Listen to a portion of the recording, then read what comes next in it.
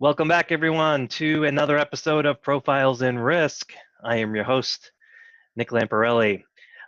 Very pleased to have a successful insurtech startup who's no longer a startup. I think you've graduated and matured to something a little bit better than that. Brent Williams, someone I met in Des Moines, Iowa a couple of years ago. Brent is the CEO of Benekiva. Benekiva is bridging the gap between insurance carriers and their intended beneficiaries via claims automation and asset retention. We're going to get knee deep into all of that. But Brent, welcome to Profiles in Risk. Thank you. Thank you for having me. Yeah, it's a pleasure. It really is. We got to bump into each other and talk a little bit, so I know a little bit about your business model. But for the audience that may not know who Brent Williams is or Benekiva, why don't you give us a quick elevator pitch in your own words? So prior to Benekiva, I was a successful financial advisor. Built my practice to a substantial amount and just kept running into these same problems over and over again while working with policyholders, carriers, and beneficiaries. And decided finally, I threw up my hands and said, we've got to solve this issue. So Benekiva was born. And so Benekiva is a technology platform that's designed to solve specific problems in the industry. A lot around claims and asset retention. I believe we're the only standalone admin agnostic platform out there that digitizes that entire claims process from beginning to end, including moving the funds. Yep. And the line of business you focus on is? Currently, it's life and annuity. But if you look at our name, kind of says it all. Everybody asks, where did you come up with the name Benekiva? You stole my thunder.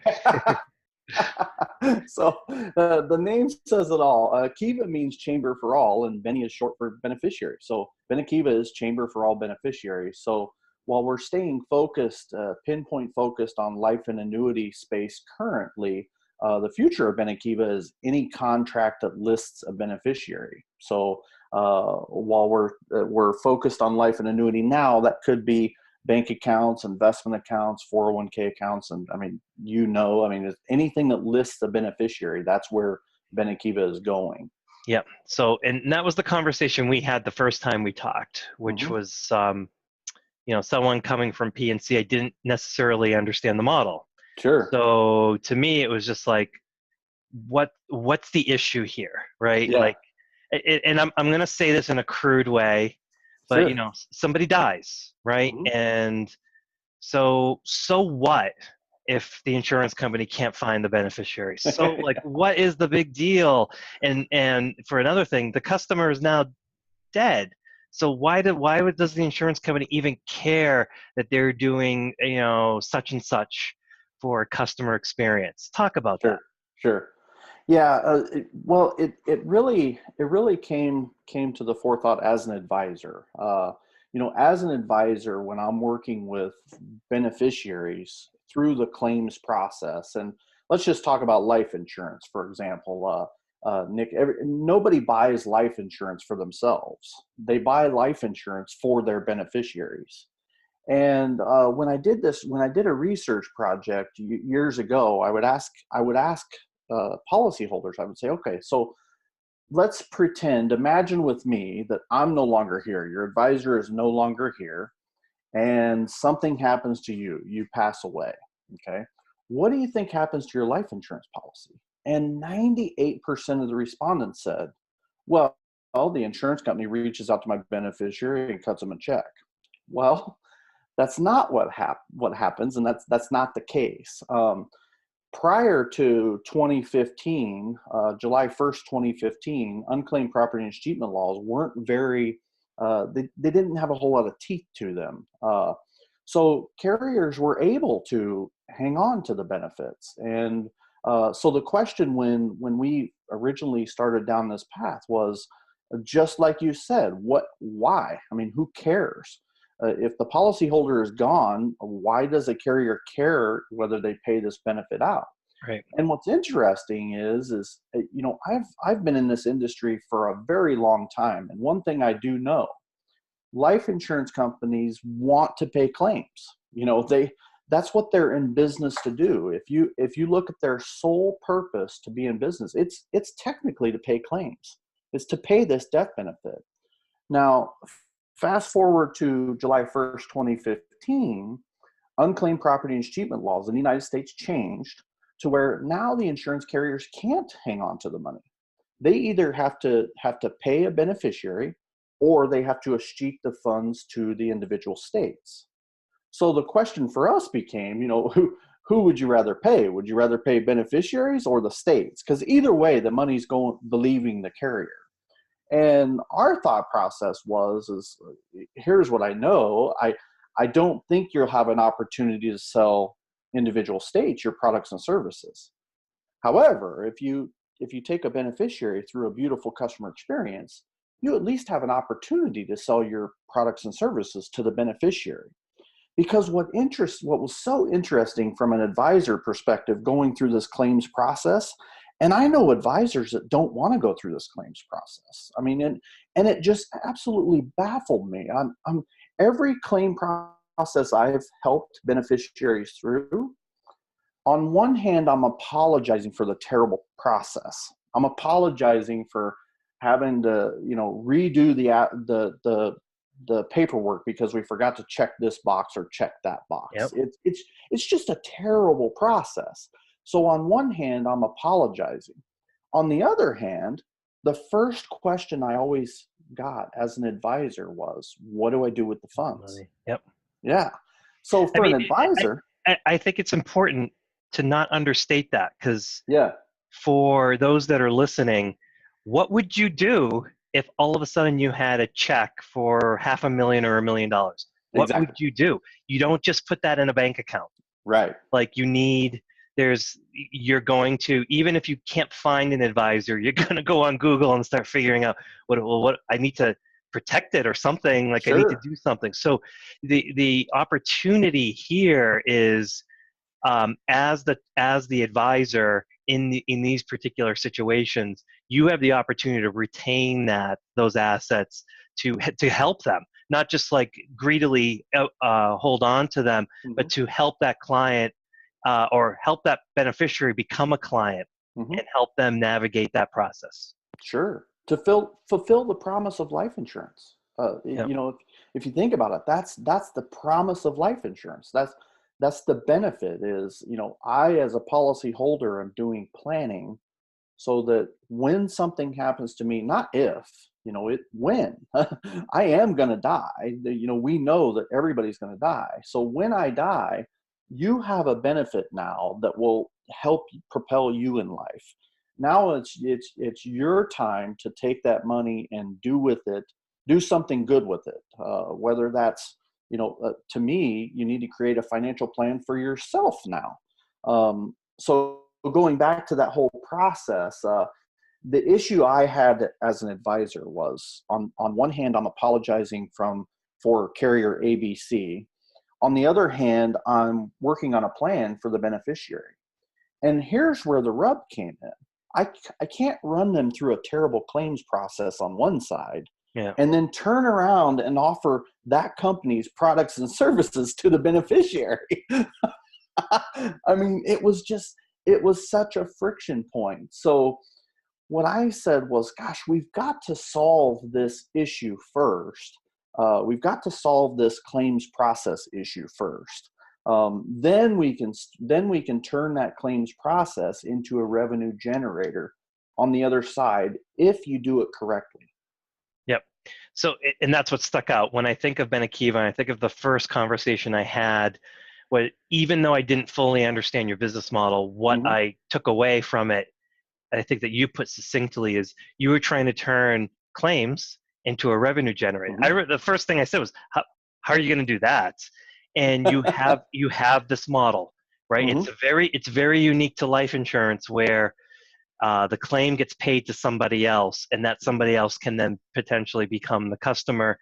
And it's almost as though the entire life insurance industry, the annuity industry, had ignored them as potential customers. I mean, they probably cold call them at some point, but by then it's too late if the claims process has been garbage, as you just described. Exactly. We found, that was one of the things that kind of differentiates us as an insurtech was we were not a hammer looking for a nail. A lot of insurtechs, they build a technology solution and then they go look for a problem to solve with it. We did the complete opposite. We did 2 to 2.5 years of research before we wrote one line of code for Benekiva, because we were solving specific problems in the industry with our platform. And I think that's a big differentiator for Benekiva in the insurtech space, because we know when we came to the market, we were solving these specific problems. It wasn't, man, I hope we come to the market and Benekiva is successful. No, it was, we're coming to the market. We know Benekiva is going to be successful because we're solving these issues. Yeah. Yep. And so, so that it's clear to the audience, your customers are the life insurers. Yep. Right. And so could you talk about your platform? So, in my agenda, I was focused on policyholder info. And so one of the big challenges with life insurance is that someone buys a policy, it could be, there could be almost no touch points after that. Decades could go by, literally, before the event occurs or something. So talk about your platform and talk about the ability to update policyholders' info, why that's important, and just your ability to create touch points. Yeah, so the standalone claims process is kind of our foot in the door for the industry. But it isn't the only thing our platform does. We have multiple modules on the platform that can be turned on and off by individual carriers. So we identified, as part of that research we did early on, that there were some carriers that may not need policyholder data update, or may not need a claims process. They just need specific modules within the Benekiva platform. But if you look at the policyholder and beneficiary data specifically, okay, if you look at it from the sales side of the business, as an advisor, this just absolutely amazed me, and I sold multiple products from multiple companies. As an advisor, guess what I had to gather from for policy or beneficiary information? I literally had to gather name and relationship. That was it. Okay. I didn't have to gather address. I didn't have to gather date of birth, social security number. Okay. None of that. Should be straightforward, right? Yep. Because that was considered a barrier to the sale. The more information you are requiring an advisor to gather, the more the harder that sale becomes. So multiple carriers just for years and years have just kept the beneficiary piece as, we'll ask for it, but if we don't get it, we're not going to not place that policy because Brent didn't gather beneficiary information. We're still going to place that policy. So fast forward to the triggering event of death. Now there's where you run into the problem, because if we haven't done a good job at updating policyholder and beneficiary data throughout the life cycle of that policy, then there's where the rub comes in. For example, let's say I sold a policy 18 years ago, and all of a sudden today, this person passes away, but throughout that 18 years, that person's been remarried twice, but their original spouse is the beneficiary on that policy I sold. So, Not good. So you can kind of see where this is going. Mm-hmm. When we did the original research, it amazed me how many carriers, I would ask the question of, how do you solve that problem? Well, we don't. We send people from our legal department to go sit in a courtroom, and when the judge asks, who did you pay? We say we paid this beneficiary. Why did you pay them? Because they were listed on the contract, right? And guess who's suing the carrier? It's the new spouse, That's not right. the original spouse, right? So the question becomes, this new spouse is now mad at the carrier. They're not mad at their ex-husband or their husband for not updating their beneficiary. They're mad at the carrier for not updating the beneficiary. Yeah. So what we said was we need to build a proactive policyholder engagement module that allows the carrier to update these things throughout time, based on what we call life events. So, if there is a divorce, or if there is a marriage, or a anniversary, all of these life events, and every carrier has them. On the sales side of the business, they literally have marketing tools for life events on the sales side of the business. So what we did was said, let's just digitize that and input it on the back end. Yep. So these life events occur. Now we can do a proactive reach out to, Nick, you get married, and all of a sudden you get a text message from ABC company that says, hey, congratulations on the marriage. Would you like to update your beneficiary? Right. And now you can do that entire process from your phone. That was one of the things that really bugged me as an advisor, was just simple things. Like, for example, if you wanted to change your beneficiary, you either call the carrier and say, I want to change my beneficiary, and then they send you a 4-page beneficiary change form, right? Or you contact your advisor. And then what I do as an advisor is I go to the carrier of the product that I sold. I download their non-fillable PDF beneficiary change form. I mean, the fact that a carrier has a non-fillable PDF form in today's world is just ludicrous. You should not have that. Yeah. And I wouldn't be surprised if they ask you to fax it back. Yes. Yeah. It's crazy. So what we said was, gosh, we've got to meet the customer where they're at. We've got to meet the beneficiary or the policyholder where they're at. So what we did was we digitized that entire process. How much? So, the P&C side has similar carrier technology legacy issues. Okay, so we'll just throw it out there. It's not unique to life. Yep. It's not unique to any individual company. It's probably across the board. All companies are sort of struggling with this. But as you're talking, I'm wondering, is this truly a tech problem? Or what you just described is just the inability to connect the tech to all the different silos that occur. Like, they focus the tech on, well, we just need a policy management system, not thinking, what's this going to do for sales? How does this benefit sales? How does this benefit claims payments? It's like it's a solution to one little thing. We're going to just manage our little policies here, not connecting dots to, could we get a competitive advantage from our technology, from our policy management system, from our sweet, frictionless claims payments? Yeah. It's like they didn't talk enough to the boots on the ground, which was you.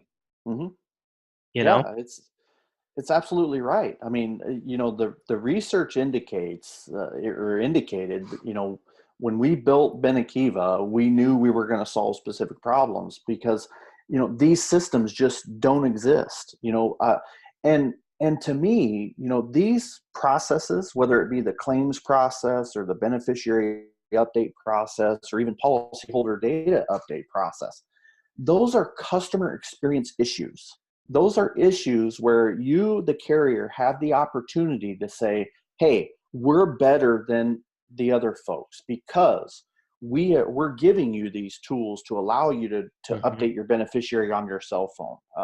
We don't need you to download a non-fillable PDF. We can text it to you, and you can be done in 2 seconds. Yeah. Where Benekiva's value truly is we're admin agnostic. So when we engage our policyholder engagement module, for example, and we reach out to you to get updated beneficiary data, we now take that data and then we push it to the different systems that need it. So the legacy system, the admin system, the maybe document imaging system, all of those systems we're connected to. So, push the data needs to go. To me, if you look at today's process, processes. Claims process, update process, doesn't really matter. The processes today are designed to be a benefit to the carrier. What we did was we said we need to build a process that's a benefit to the end user, the beneficiary, or the policyholder. We can connect to all of those systems to help the carrier's life be easier. We need to make the end user's life easier. Because here's what I know. I've never heard a policyholder or beneficiary say, wow, I do business with ABC Insurance Company because they have a great admin system, right? I Nope. mean, they do business with ABC Company because their processes are good, their service is good, their people are good. They don't do it because of your systems that you have. Yep. So what we said was we had the opportunity here to allow technology to connect to these multiple systems, right? And provide a beautiful experience to the end user. Yep. How difficult was it when you first got started, understanding the depth of the problem on the legacy side? So I'm trying to put myself in your shoes, and as you're talking, I'm wondering, well, are there 100 systems? Are Yeah. there 5? Like, what kind of nightmare is it for you? I mean, it's easy enough for you or it's hard enough for you to, get your developers to build your platform in your way. And now like, okay, now I have to plug it in, and there's going to be a translation. Is it Mm-hmm. 100? Is it 1,000? Is it 5? Yeah. How challenging was it to have almost 2 sets of tech components that you Mm-hmm. had to build your platform, and then we need to translate this to be able to talk many different languages that could be Yes. generations old? How hard Yeah. was that? I'll tell you, it was very difficult, and part of that whole process we did, the 2 years of research that we did identified our barriers to entry, what I call our barriers to entry. And one of the barriers to entry was connecting to these multiple systems. Even a simple life insurance policy can have, anywhere from 4 to 10 different systems that they use to process one claim, right? So we said we have to have a platform that can connect to those 4 to 10 systems very quickly. So what we did was we built our own data configuration tool. I mean, we didn't go buy it. We built it. And that's a technical question more for the NASA guy on the team. Our Mhm. chief technology officer came to us from NASA. So I always give this joke that if there's any technical question, we'll talk to the NASA guy, right? Because we identified that this was going to be a barrier to entry, and there are so many insurtechs or even current technology companies out there that oversell their promise. Say, oh, we can connect to all of these systems.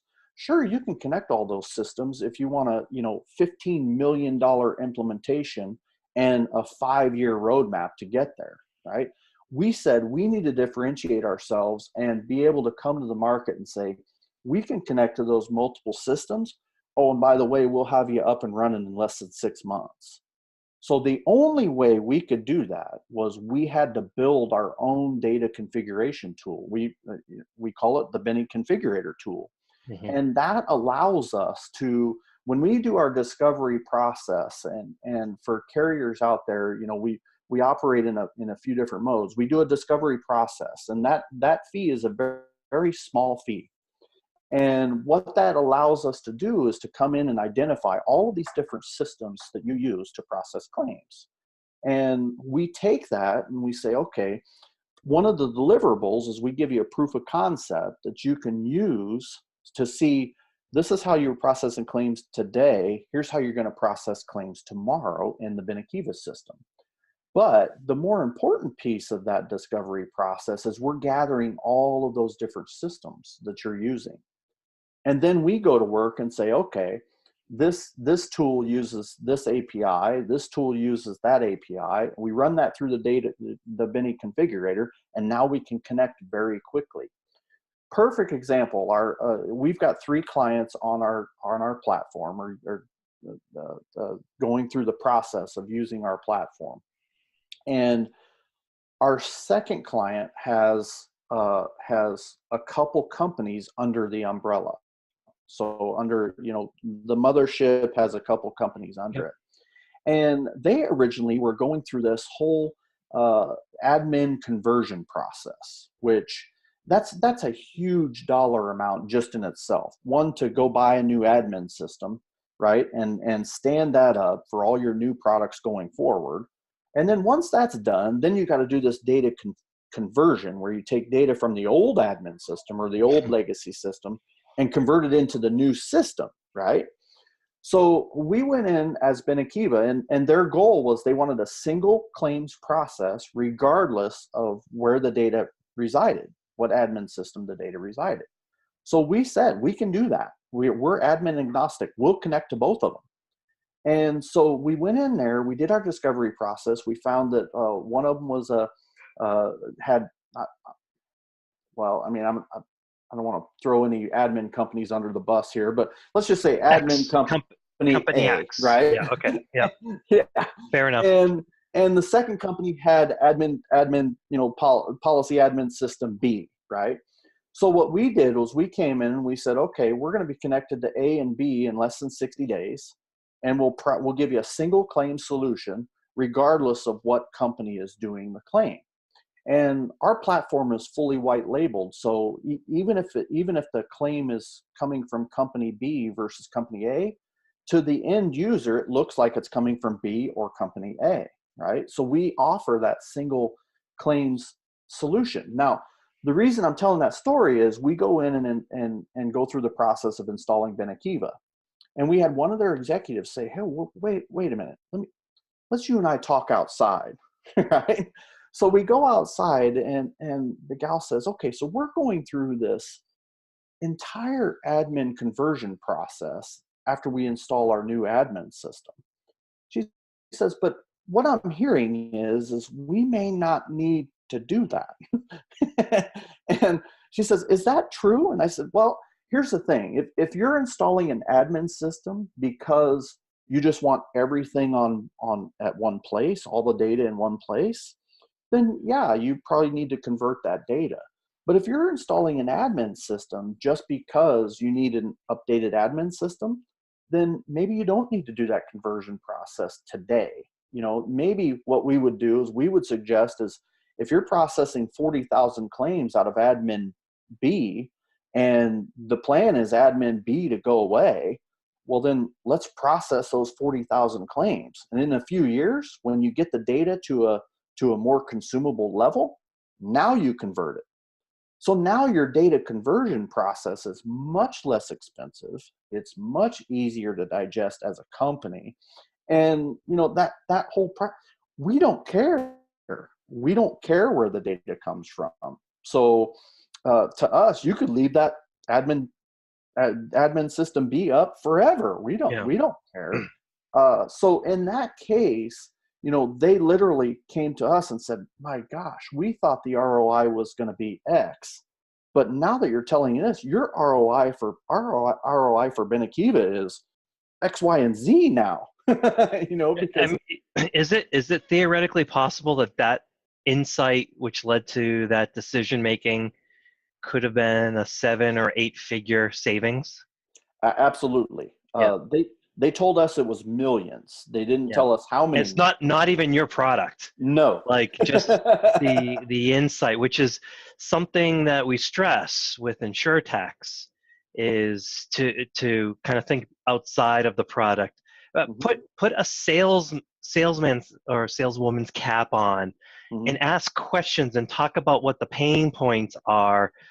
Because you don't your product isn't necessarily the solution, but you can become, your credibility shoots through the roof if you're pointing out ways where you can help this company.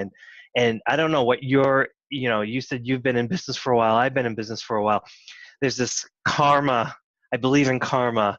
Yeah. And it's amazing how many times people that you have forgotten like decades ago, and then your business paths cross again.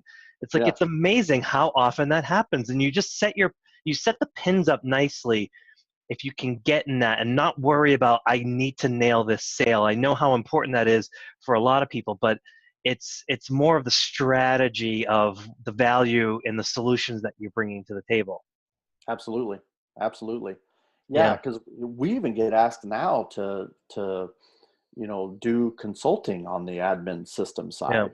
You And have we're potentially found another revenue source.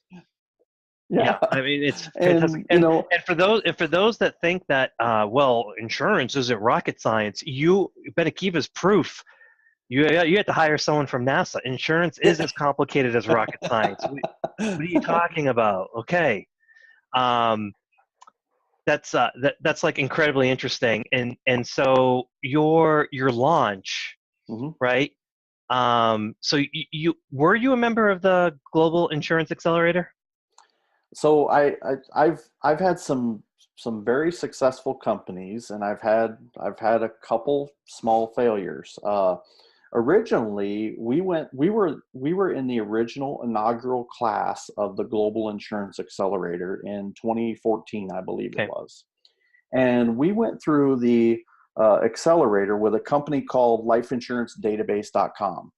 And that company's sole purpose was to create a consumer searchable life insurance database that we felt, just in our just lack of knowledge at that point, that these carriers would take all of these policies that weren't claimed, put them in our database, and then we would allow consumers to search that and go find their policies. And we quickly learned through that process that, one, we couldn't monetize it, and two, carriers just simply weren't going to do that from a data perspective. Yep. So that company failed.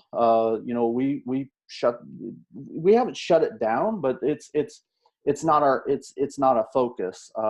We do believe that there could be a play for that company further down the road as escheatment laws get, for lack of a better term, more teeth in them, where that product could be a good Yep. solution down the road. But currently, it's just not a focus. So um, my idea was always this beneficiary and policyholder piece, and we never really had intentions of even doing the claims process. Originally, we were never going to go into that. Over time, as my business grew, my financial firm grew, and I started going through these processes with beneficiaries and just starting to feel the pain as an advisor helping them through this process. That's when the light bulb finally went off and said, here's the problem I need to solve. Mhm. So those problems came to me as part of my financial advisory service, not necessarily uh, LifeDB, because again, a consumer searchable life insurance database. I mean, NAIC actually has one now. So, it's one of Yeah, those but things.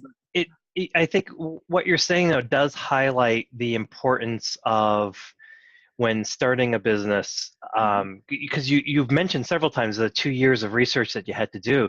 It's essentially searching for a business model, right? Like, mhm, and that goes for any sort of startup. It's trying to find out.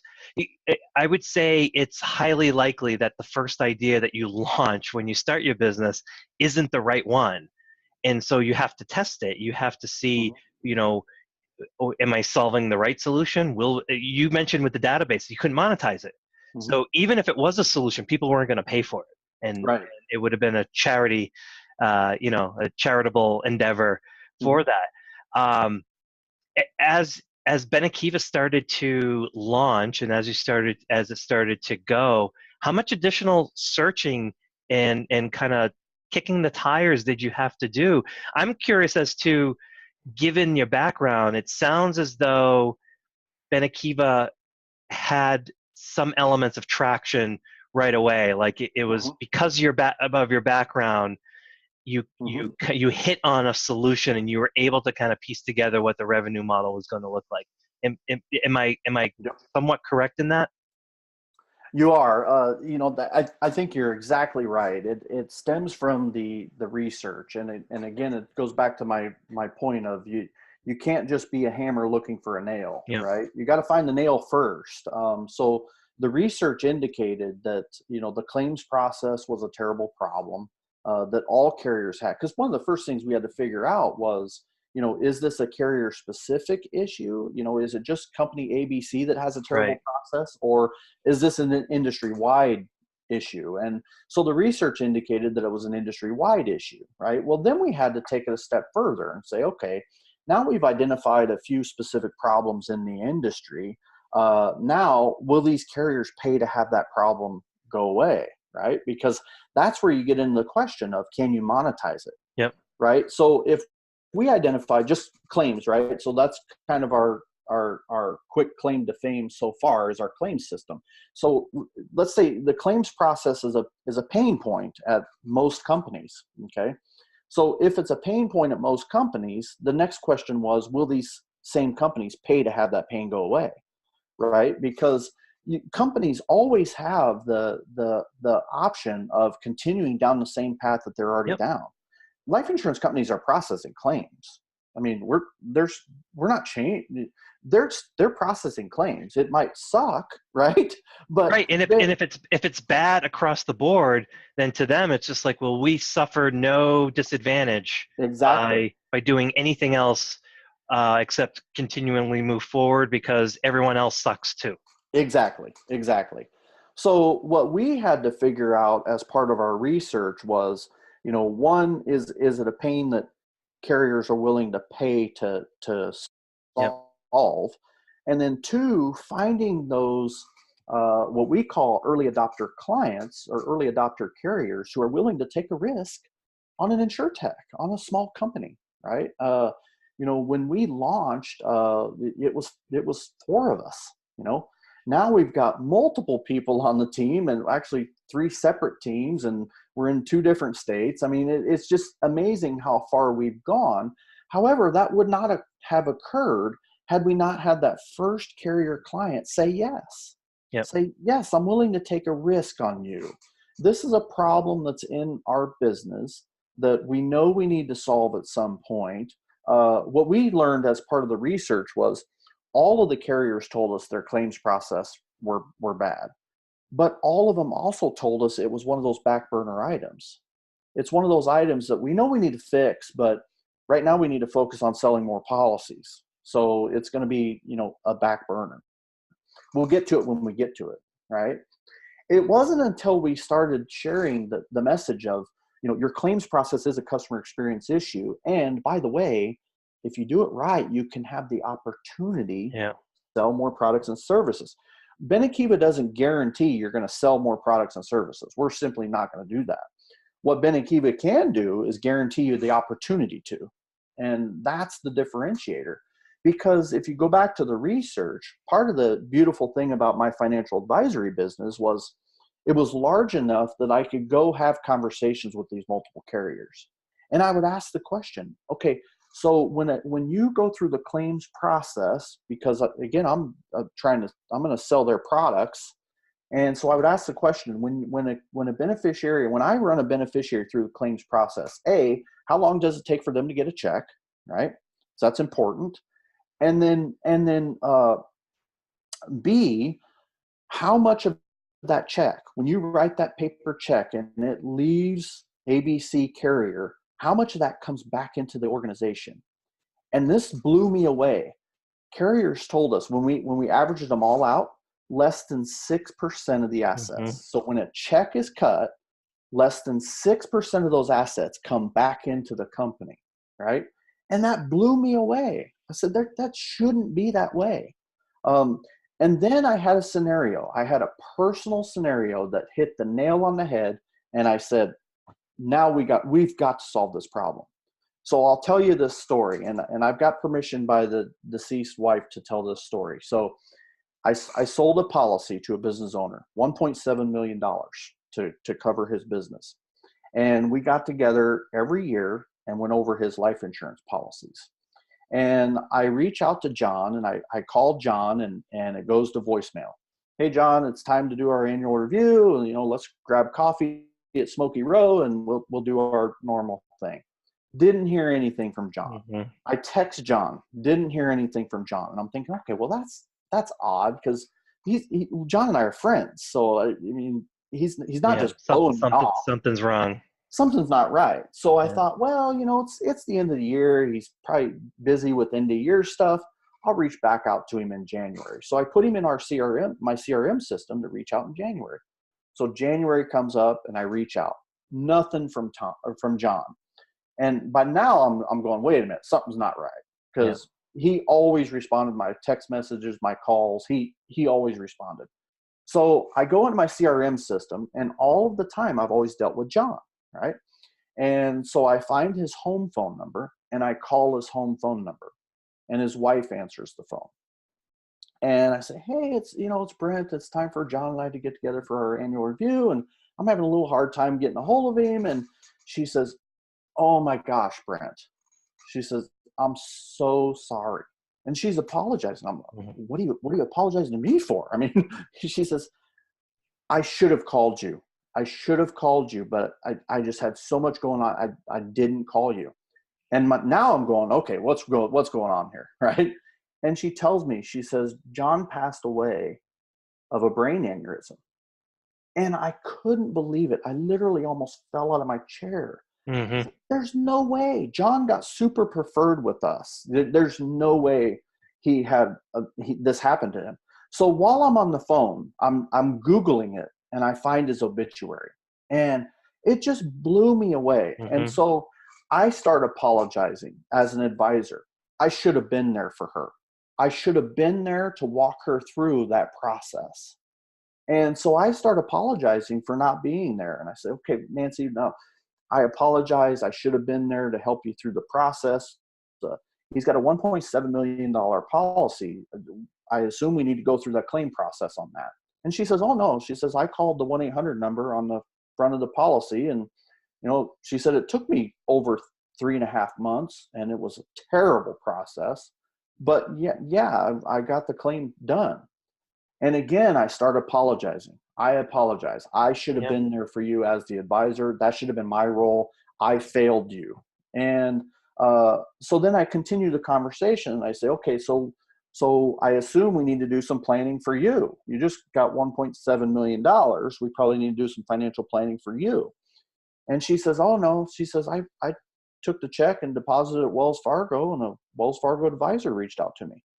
Yep. And it was that moment that I said, that's never going to happen to me again. I'm going to create a solution that will solve that problem.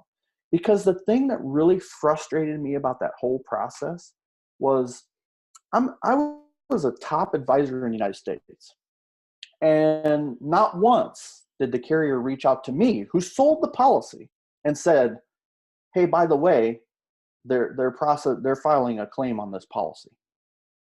And it blew me away. Of course. There's no way. How does that happen? I'm struggling, or I guess my question to you is, this is such a no-brainer. Mm-hmm. I'm so pleased we're having this conversation. It's such a no-brainer. Please tell me you're not getting like significant objections to this. Like if there are actually businesses that can't see the benefit of this, Mm-hmm. this is because you're not. This is not a nail. This is a series of nails, and you have an air gun. Yes. Right, and you're just like boom, boom, boom, boom, solving this problem, and you forget the freaking hammer. You have an air gun. You brought a gun to a knife fight. Yeah. Wow! Like, please tell me that the industry itself has enough. I guess can self-reflect enough to see that this is a unique solution. Yeah. You're trying to help transform the industry into the modern world beyond just like SaaS or some like a real business and tech solution combined. Yep. Please make me feel better about the industry right now. Well, I will tell you, we've got some amazing traction. There's no doubt about that.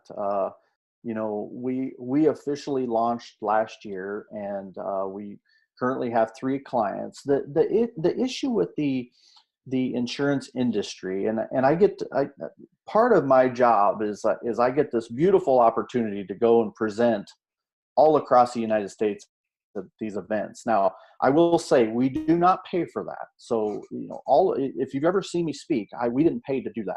Hmm. That was an event that saw value in the topic that we're discussing, and saw us as thought leaders, and we go present. And that automatically tends to transition into, okay, well, what is Benekiva, and what does Benekiva do?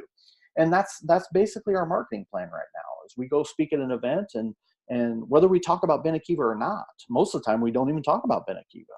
But it's those conversations afterwards where a carrier comes up and says, okay, I love your thoughts on, digital transformation in the carrier space. Now, tell me a little bit about Benekiva.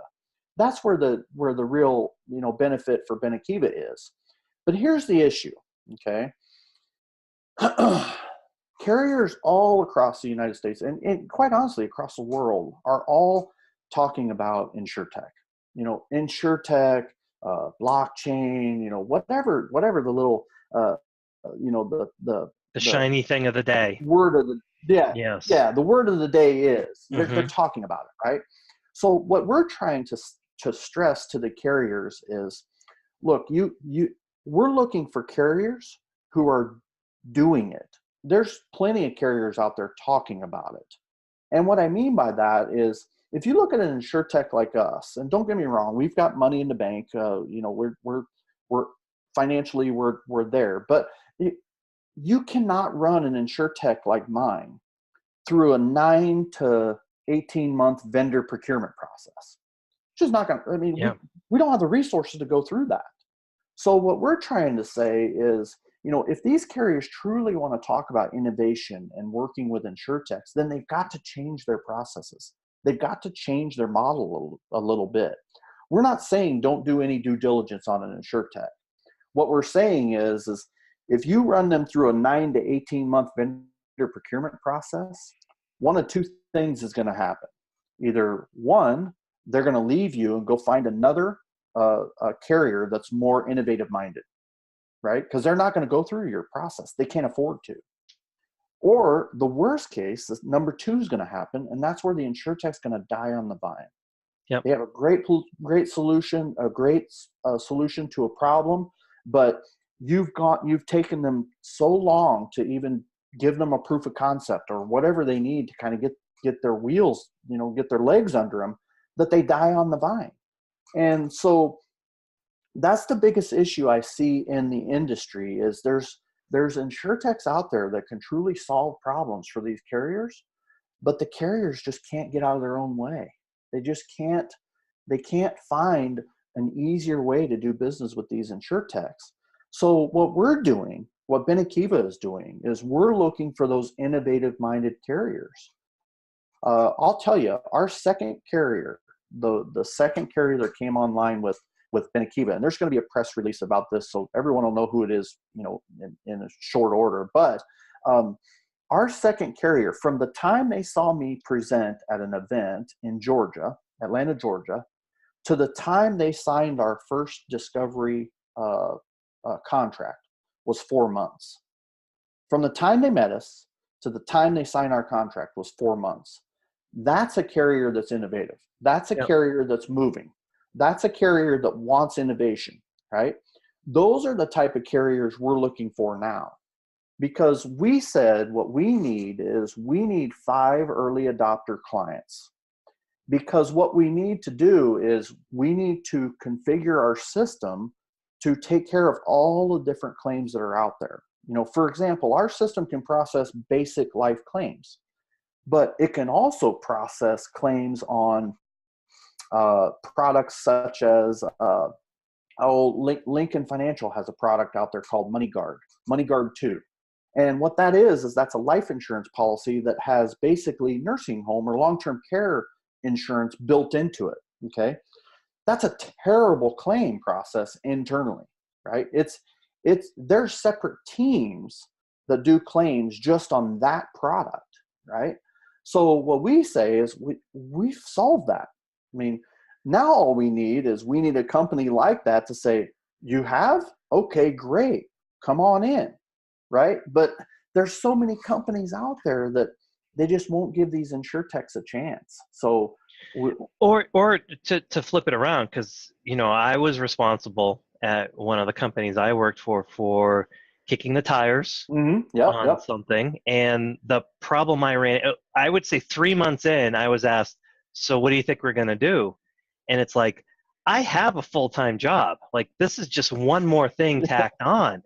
There was no dedication towards a more focused minded approach. Like, you need a dedicated team. And not only do you need a dedicated team that can quickly test it, you need a dedicated team who can then onboard, like basically knock hurdles yes, out of block the and tackle. way to get this thing, Yes. get this thing in. Because the worst thing you can do is you could kick the tires, test it, get it done quickly, and just say, yeah, this is for us. And then you start onboarding it, and it's like you can't get it implemented, and you have a whole new set of nightmares. It's your story just rings true. Like, for someone that was in it, I can see all of the hurdles, all of the minefield that exists. It's there. Insurance entities are so complicated. It's not this sinister motive of people trying to actually block it. It's just people can't get out of their own way, as you said. Yeah, Yeah, yeah, amazing. It's yeah. amazing. I love your So, story. I want to respect your time on this. We're definitely going to have you on. You're really touching on a few things on the claims area that perhaps we could do a panel or something sure. to kind of talk about that, because it is where the rubber hits the road, and it's an afterthought. We can preach. We're Yes. in the business to pay claims. You can preach, but it's an afterthought. Yep. All of the funding goes towards underwriting or sales or whatever. And your approach to think of claims as a revenue generator is just so, to me, that's so progressive Thank you. in its thought process. And I thought I had a handle on it, but now I think maybe you're just scratching the surface of the possibilities that are there, that it could really conform the model. So I'm not going to go down that road too much, because I want to have you back on. I really want to dig into that a little bit. So I'm going to transition over to a couple personal questions that we ask all Sure. of our guests before I let you go. And now that I know that you're hiring rocket scientists, um, and that you have a tech startup, Literally. like, I'm interested to hear your answer to the first question I always ask, because I'm a person that's trying to become more productive, trying to be more organized, always looking for that tool or technique, whatever it is. What do you use in your busy life? Boy, I'll tell you what. I get people joke with me about this.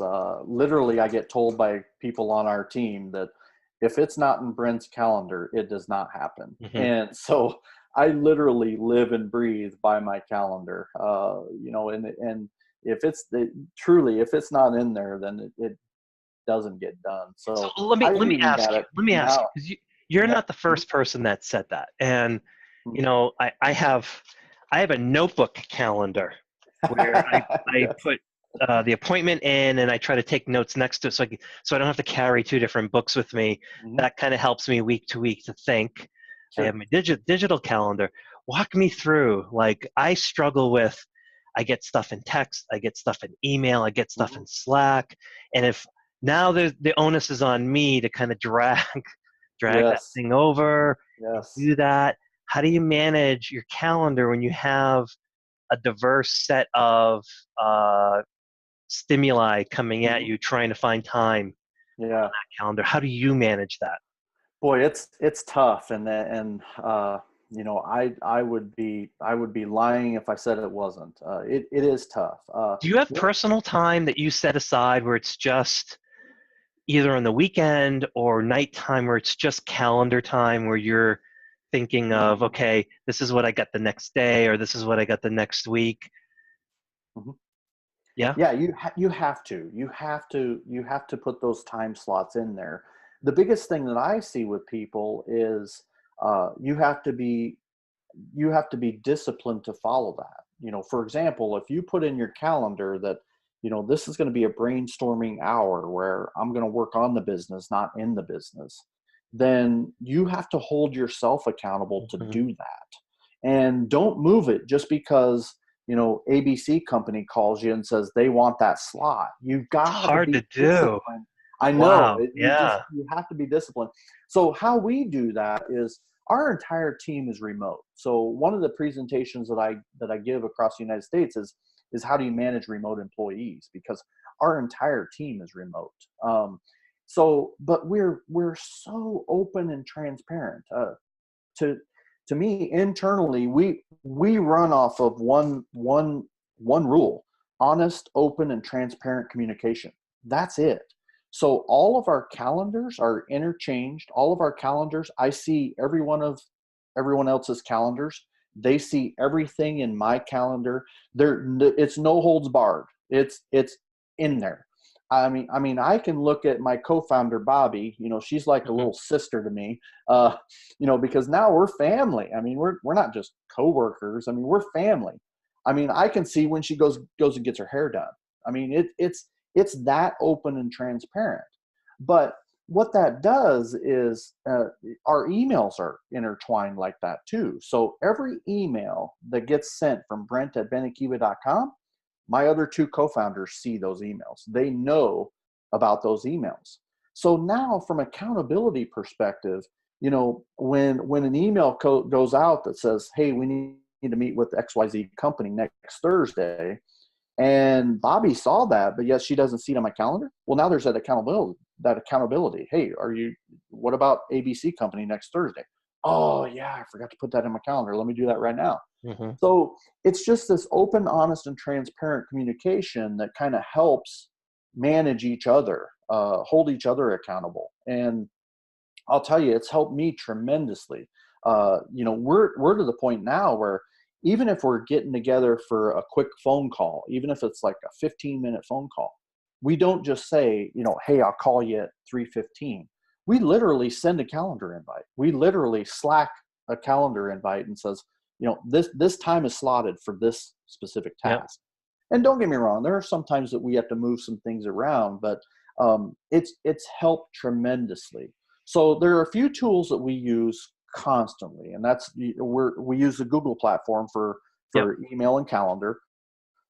We use HubSpot for our CRM, where we've attached our emails and calendars to, and then we use Slack, and Yep.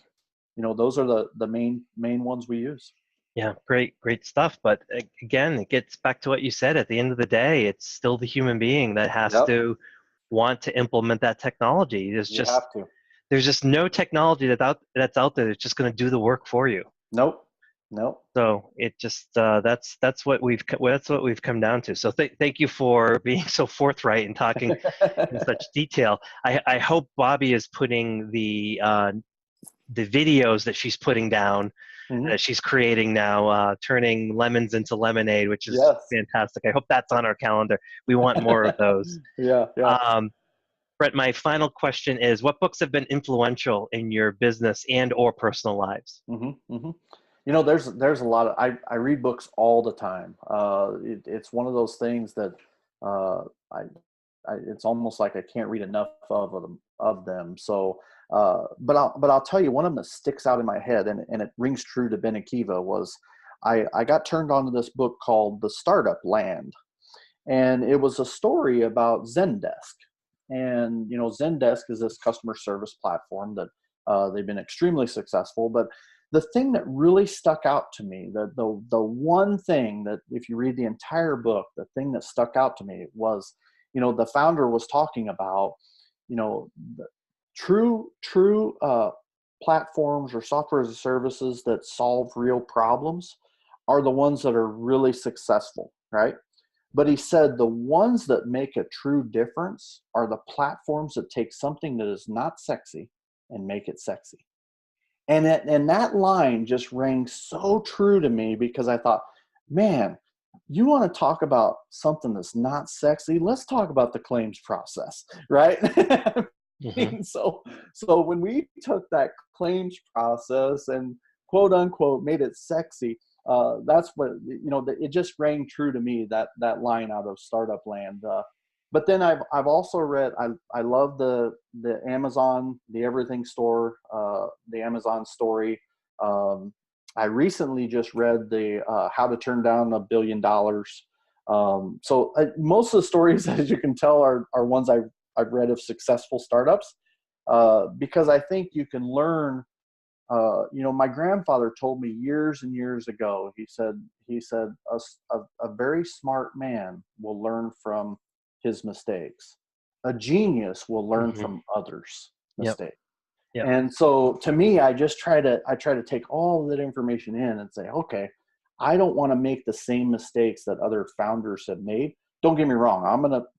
I'm no Yep. perfect genius. I'm going to stumble too. But gosh, if I can just, prevent a couple of those, then that's a huge success on Yep. my part. Yep. Brilliant. Brilliant.